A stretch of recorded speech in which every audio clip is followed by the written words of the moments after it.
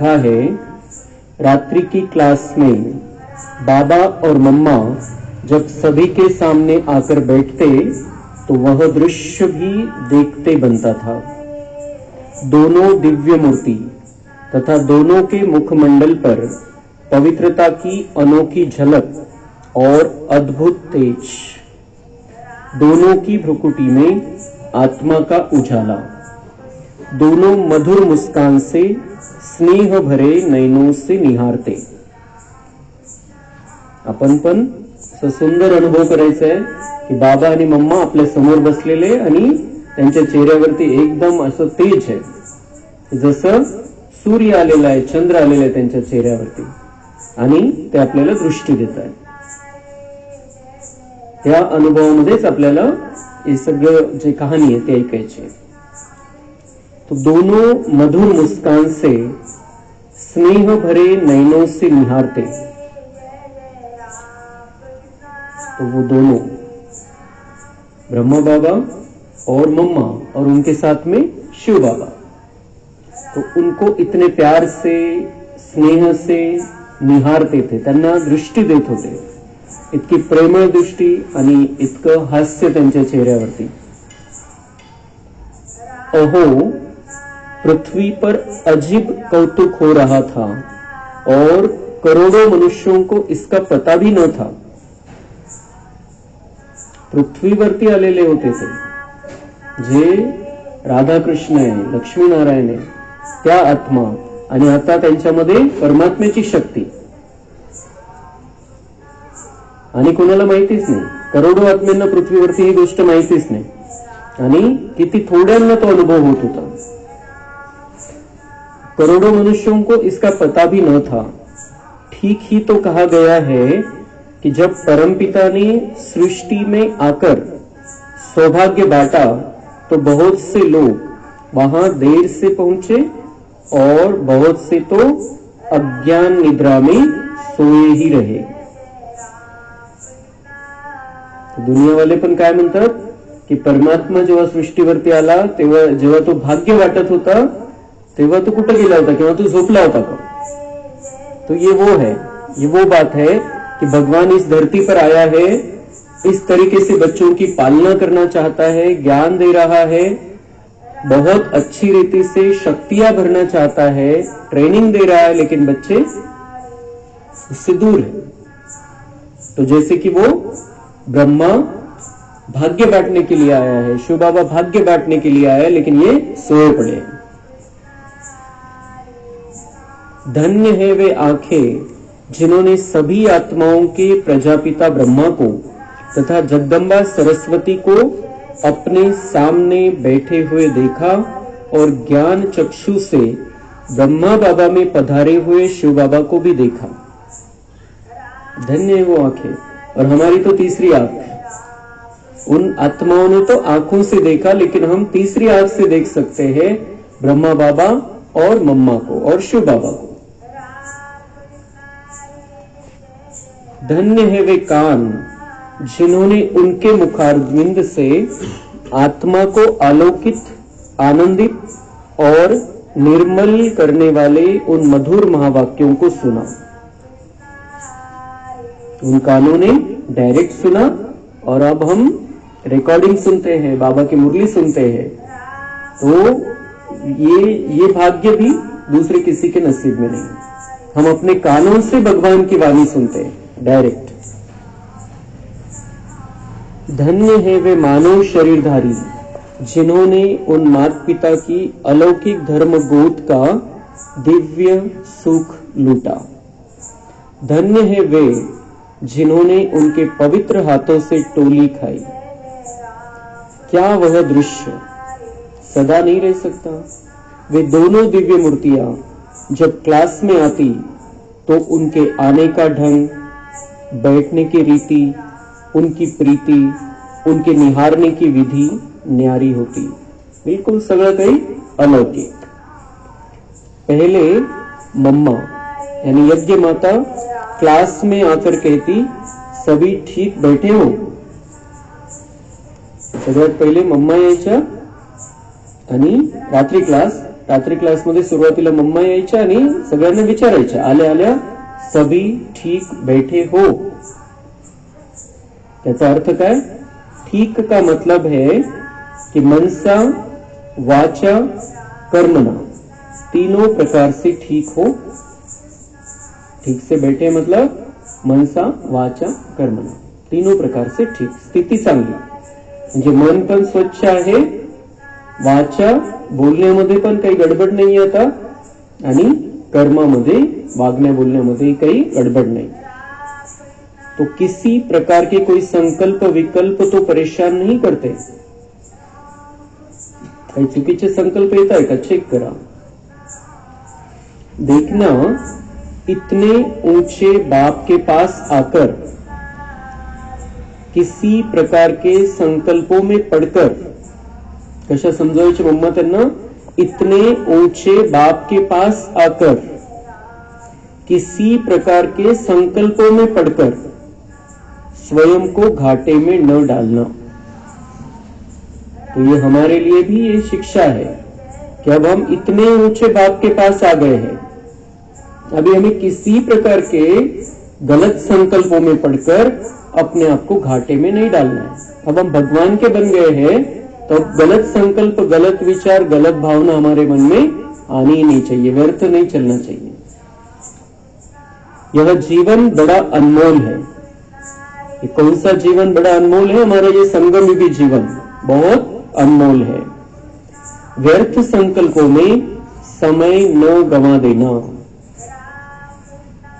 अच्छा, कोई स्थूल सूक्ष्म सैल्वेशन वस्तु आदि चाहिए हो तो बताना. अपने बाप के घर में बैठे हो, काय म्हणायच्या मम्मा त्यांना? मला बाकी काही वस्तू काही पाहिजे तर ते सांगा, बाकी मनाने वगैरे स्वच्छ राहायचं, मन वाणी आणि कर्मामध्ये स्वच्छ राहायचंय. बाकी तुम्हाला कशाची कमी असेल तर तुम्ही घरी आलेले आपल्या तुम्ही काही मागू शकता. किसी प्रकार की लज्जा न करना. आज पण मधुबनमध्ये तीच रीती आहे की आपल्याला काही लागलं तर आपण तिथले जे निमित्त आहे त्यांना सांगू शकतो आणि ते द्यायला नाही म्हणत नाही. बोलो, जिसको कोई सैल्वेशन चाहिए वह हात खड़ा करे. काही कोणाला पाहिजे असेल तर सांग. एक घरच्यासारखं तिथे चालायचं सगळं. यह पूछ लेने के बाद वे कहती, अच्छा सारे दिन में कोई भूल चूक की हो, कोई ऐसा काम किया हो जो मन को खाता हो तो बताओ. मग काही प्रॉब्लेम आहे, काही समस्या आहे, काही सगळं विचारून झाल्यावर मग मम्मा विचारायच्या त्यांना की दिवसभरामध्ये काही चूक केलेली असेल तर सांगा उघडपणे सगळ्यांच्या समोर. बताकर मन को हल्का कर दो. बोझा अपने पर मत रखो. अगर कुछ गलत हुआ भी है ते सांगून टाका आणि मोकळं हल्कं करा स्वतःला. तो ऐसे ही हमें भी बाबा ने आज जैसे आज की मुरली में बताया, अपने आप को हल्का रखना है.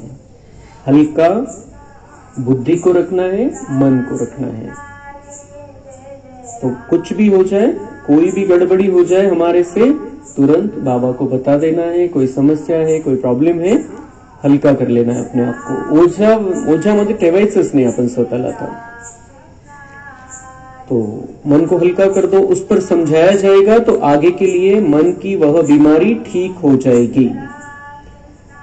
वरना यदि अंदर ही अंदर बीमारी रखोगी तो बीमारी बढ़ जाएगी और एक दिन घातक सिद्ध होगी. काही या गोष्ट मनामध्ये जर दाबून ठेवली आपण, परमात्मा समोर मन मोकळं नाही केलं तर ती गोष्ट अजून पक्की होत जाते मध्ये आणि मग कधी ती घातक सिद्ध होईल आपल्याला. म्हणजे आपण जे ब्राह्मण जीवनामध्ये आपल्याला भाग्य जमा करायचंय ते भाग्य नाही जमा होणार, गडबड होऊन जाईल. एखाद्या दिवशी आपण मध्ये काहीतरी ठेवलेलं आहे आणि ते उफाळून येईल बाहेर, तर आपलं जे मागचं जे कमवलेलं आहे ती कमाई पण नष्ट होऊ शकते. फिर बाप दादा आते, सभी की दृष्टि उस ओर जाती, उनका बैठना उठना सभी को बहुत ही मधुर और अलौकिक लगता. क्लास में खुशी की लहर के साथ साथ सन्नाटा छा जाता. बिलकुल शांती पसरून जायची तिथे बाबा दृष्टी द्यायचे सगळ्यांना। बाप दादा आते थे, ब्रह्मा बाबा और शिव बाबा साथ में, और उनका बैठना उठना सभी को बहुत ही मधुर और अलौकिक लगता था। अपना स्थान ग्रहण करके बच्चों की ओर देखते हुए वे कहते, मम्मा सभी से खुश खैरापत पूछी। आपण अनुभव करायचा की आपण जसं समोर बसलेलो आहे बाबांच्या। मम्मा से पूछते थे बाबा, मम्मा सभी से खुश खैरापत पूछी, सभी से सैल्वेशन पूछी, किसी को कुछ चाहिए सब पूछा। फिर बच्चों से कहते, देखो बच्चे बाप दादा के घर आए हो सुख पाने के लिए, लज्जा न करना, यहाँ शिव बाबा का सारा भंडारा सो आप बच्चों का है। बिल्कुल घरच्या सारखं बोलायचे बाप दादा पण शिव बाबा ब्रह्मा बाबा, कि आप यहाँ पर क्यों आए हो, सुख पाने के लिए आए हो। अभी कुछ कमी लग रही है, कुछ चाहिए तो बोलना, घर में है। जिसके खान पान की जैसी आदत हो, तबीयत को जैसा अनुकूल पड़ता हो, वैसा बनवा सकते हो। घर आहे सगळ्यांसाठी जनरल बनतं, ती गोष्ट वेगळी, पण कोणाला काही वैयक्तिक काही तब्येतीचा वगैरे प्रॉब्लेम असेल तर सांगू शकता, बनवू शकता। बिल्कुल घरच्या सारखे भगवान अपने बच्चों से बात कर रहा है। तर आज पण वेगवेगळ्या ठिकाणी किचन आहे मधुबनमध्ये, तर कोणाला काही प्रॉब्लेम असेल, जनरल मध्ये जमत नसेल तर आपण तिथं जाऊन सांगू शकतो आणि तेवढं आपल्यापुरतं किंवा स्वतः आपण बनवू शकतो।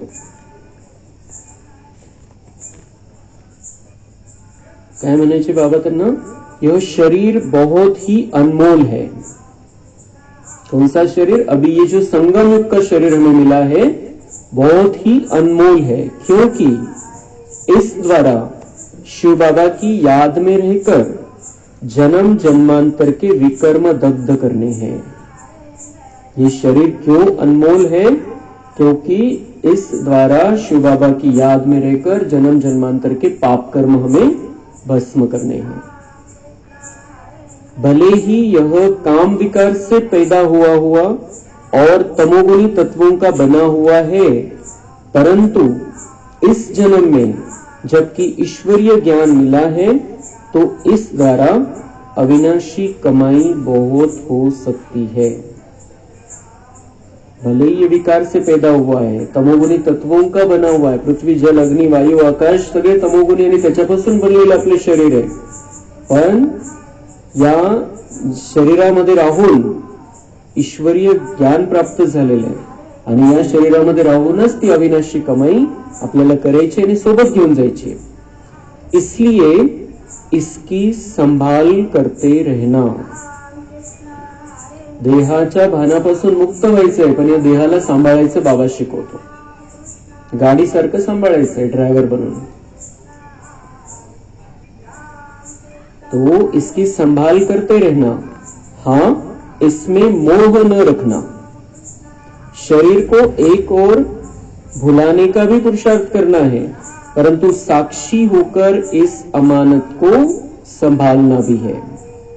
बैलेंस ठेवायचं बाबा शिकवतो कि इसमें मोह नहीं रखना है, इसको संभालते रहना है, इसमें मोह नहीं रखना है, और शरीर को एक और भुलाने का भी पुरुषार्थ करना है कि मैं आत्मा हूं, मैं शरीर नहीं हूं।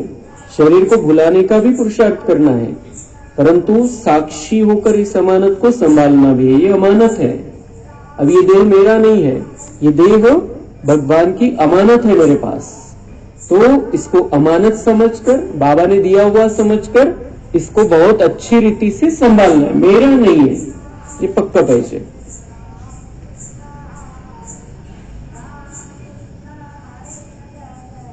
बच्चे अगर आती बार कोई कंबल, चादर आदि आदि कोई भी चीज ले आना भूल गए हो तो यहाँ शिव बाबा के भंडारे में सब कुछ है। कोणाला काही चादर वगैरे पाहिजे असेल घेऊ शकता। कौन? भगवान अपने बच्चों से बात कर रहा है, स्वयं भगवान अपने बच्चों से बात कर रहा है। सब मिल सकता है। आप घर के बच्चे हैं, कोई भी चीज ले सकते हैं। बाबा कहते हैं कि किसी प्रकार की भी यहाँ तकलीफ सहन न करना. इथं बाबाच्या घरी आलेले इथं तकलीफ त्रास सहन नाही करायचा. जे काही असेल प्रॉब्लेम त्याचं तुम्हाला उपाय भेटून जाईल. हाँ, बाबा केवल एक तकलीफ देते हैं, बाकी कोई तकलीफ सहन नहीं करना. एक तकलीफ बाबा देते हैं, वह यह है कि बस निरंतर शिव बाबा को याद करो और पवित्र बनो तथा दिव्य गुण धारण करो. तकलीफ क्या है? बस एक ही तकलीफ बाबा देता है, शिव बाबा को याद करो, पवित्र बनो और दिव्य गुण धारण करो. ज्योति स्वरूप बाप को याद करने की मेहनत है, परंतु उसमें भी वास्तव में कोई तकलीफ थोड़ी है. मेहनत है. मेहनत क्यों है? क्योंकि हमको आदत नहीं है उसकी. लेकिन तकलीफ थोड़ी है. बाप यानी शिव बाबा ने तो किसी विशेष आसन पर हट करके बैठने के लिए कहते हैं ना, कोई उपवास या प्राणायाम आदि करने का कष्ट देते हैं. भक्ती मार्गामध्ये तो किती कष्ट घेतलेले आपण, लेकिन बाबा ने उन सब बातों से छुड़ा दिया. हट करके बैठना नहीं है, किसी आसन की जरूरत नहीं है, न कोई प्राणायाम करना है, न कोई उपवास करना है. इन सारी कष्टों से तो छुड़ा दिया. सिर्फ मन बुद्धि से शिव बाबा को याद करना है, दिव्य गुणों को धारण करना है, पवित्र रहना है. इन सभी तकलीफों से तो बाबा छुड़ा देते हैं. बस इतना फरमाते हैं कि बुद्धि द्वारा मुझे याद करो तो तुम्हारे जन्म जन्मांतर के विकर्म दग्ध होंगे, खुशी का पारा चढ़ेगा और देह का भान मिट जाएगा और फिर पवित्र होकर वापस मेरे पास अपने परम धाम में आ जाओगे. मग पुढे बाबा मम्मांना विचारायचे, अच्छा मम्मा, बच्चों से पूछा किसी ने कोई भूल तो नहीं की? किसी ने कोई भूल तो नहीं की? बाबा मम्मांना विचारायचे की विचारलं का सगळ्यांना? बच्चे अब भूलों को मिटाते जाओ. बच्चांशी बोलायचे. मग बच्चे अब भूलों को मिटाते जाओ. किती प्रेमाने बाबा बोलायचे. बच्चे अब भूलों को मिटाते जाओ. जन्म जन्मांतर ज्ञान न होने के कारण बहुत भूले की है. अब ज्ञान मिला है, सोजरे में आए हो तो भूले मत करना. ज्ञान नहीं था तो गलतियां की है, भूले हुई है, लेकिन अब बाबा कहते हैं कि अब प्रकाश, ज्ञान के प्रकाश में आए हो, ज्ञान सूर्य के प्रकाश में आए हो, ज्ञान चंद्रमा की छत्र छाया में हो, तो अभी भूले मत करना, वरना अब 100 गुना अधिक दंड मिलेगा. क्योंकि संगम युग में पहुंच गए हैं. अभी पिछली गलतियां ही हमको खत्म करनी है, अभी नई गलतियां नहीं करनी है. यहां तकदीर बनाने आए हो, तकदीर को लकीर न लगा देना. अब हम बच्चों से बाबा बात कर रहे हैं कि बच्चों, अब तकदीर बनाने आए हो, तकदीर को लकीर न लगा देना. आपल्या हाताने आपलं भाग्य आता नष्ट नका करून घेऊ. आता भविष्य बनवायचंय आणि त्यासाठी निवड झालेली आहे तुमची.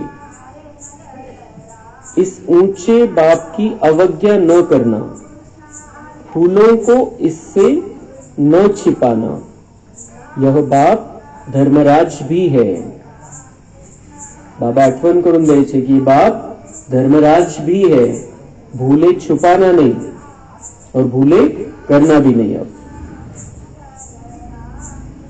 यहां बता दोगे तो आगे के लिए सावधानी मिल जाएगी, वरना फिर धर्मराजपुरी में दंड पाना पड़ेगा. किती प्रेमाने बाबा समजून सांगायचे. यहाँ पर तो माफी भी मिल जाएगी, यहाँ पर आगे के लिए सावधानी भी मिल जाएगी, लेकिन यहाँ छिपाया, अपने पास रखा, आगे लेकर गए, वो बात बढ़ती जाएगी और धर्मराजपुरी में दंड भोगना पड़ेगा. क्योंकि स्वयं को ईश्वर के बच्चे मानकर फिर भी भूल करना, इसका बहुत बड़ा दंड मिलता है. अच्छा बच्चे, अब तो आप समझदार बने हो क्योंकि ज्ञान मिला है. आप बहुत ही सौभाग्यशाली हो. आपको कहा ही जाता है लकी स्टार्स. लकी सितारे। हम बहुत सौभाग्यशाली हैं और हम कौन हैं? लकी सितारे। आपण आपल्यासारखे भाग्यशाली सितारे दुनियेमध्ये कोणी नाही। आपण सितारे, चमकणारे सितारे, आणि आपल्याला या धरतीला रोशन करायचंय। हे जे वरती जे सितारे त्यांचा इतका प्रकाश नाही पडत, आपल्याला संपूर्ण दुनियेमध्ये आपला ज्ञानाचा प्रकाश पसरवायचा आहे। तो बाबा कौन है? शिव बाबा है ज्ञान सूर्य, ब्रह्मा बाबा है ज्ञान चंद्रमा, और हम बच्चे हैं ज्ञान सितारे। तो ब्रह्मा बाबा जिनका यादगार ये चंद्रमा है, ये चंद्रमा के जैसे संपूर्ण कला हो जाती है और फिर धीरे धीरे कम कम होती जाती है। तो ब्रह्मा बाबा परफेक्ट बन जाते हैं, हमें भी परफेक्ट बनना है। जैसे ये चांद है पूरा परफेक्ट, 16 कला संपन्न, 16 कला से संपूर्ण ऐसा ये जो चंद्रमा है वो ब्रह्मा बाबा की यादगार है।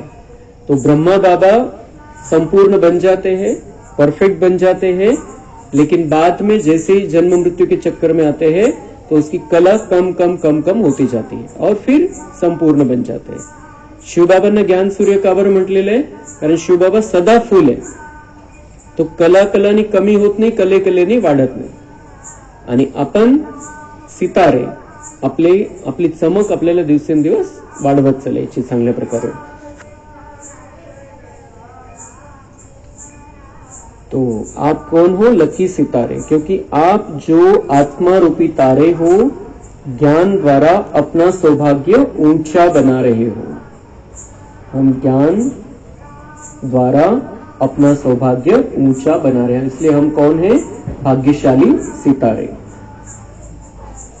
अच्छा बच्चे, अब बैठो अपने अति प्रिय शिव बाबा की याद में, अशरीरी हो जाओ और बुद्धि को ले जाओ परम धाम में। बस दिन भर यही अभ्यास करते रहो ताकि अवस्था परिपक्व हो जाए। बस यही धुन लगी रहे कि मैं आत्मा हूं, परमधाम से इस सृष्टि मंच पर पार्ट बजाने आई हूं। अब यह सृष्टि ड्रामा पूरा हुआ, अब मुझे वापस परमधाम जाना है। चलो बच्चे, अब बुद्धि को ले जाओ शिव बाबा के पास। देखो, तुम बैठे तो फर्श पर हो, परंतु तुम्हारी बुद्धि सदा अर्श पर, यानी आकाश के भी परे, आकाश से भी परे। हम बैठे नीचे, लेकिन बुद्धि कहाँ है? आकाश से भी परे, परम धाम में शिव बाबा के पास। संसार के लोग देह अभिमानी हैं और ईश्वर को जहां तहां सब में व्यापक मानते हैं, इसलिए उनकी बुद्धि भटकती रहती है। आपको लक्ष्य स्पष्ट रूप से मिला हुआ है, अब उसमें स्थित हो जाओ।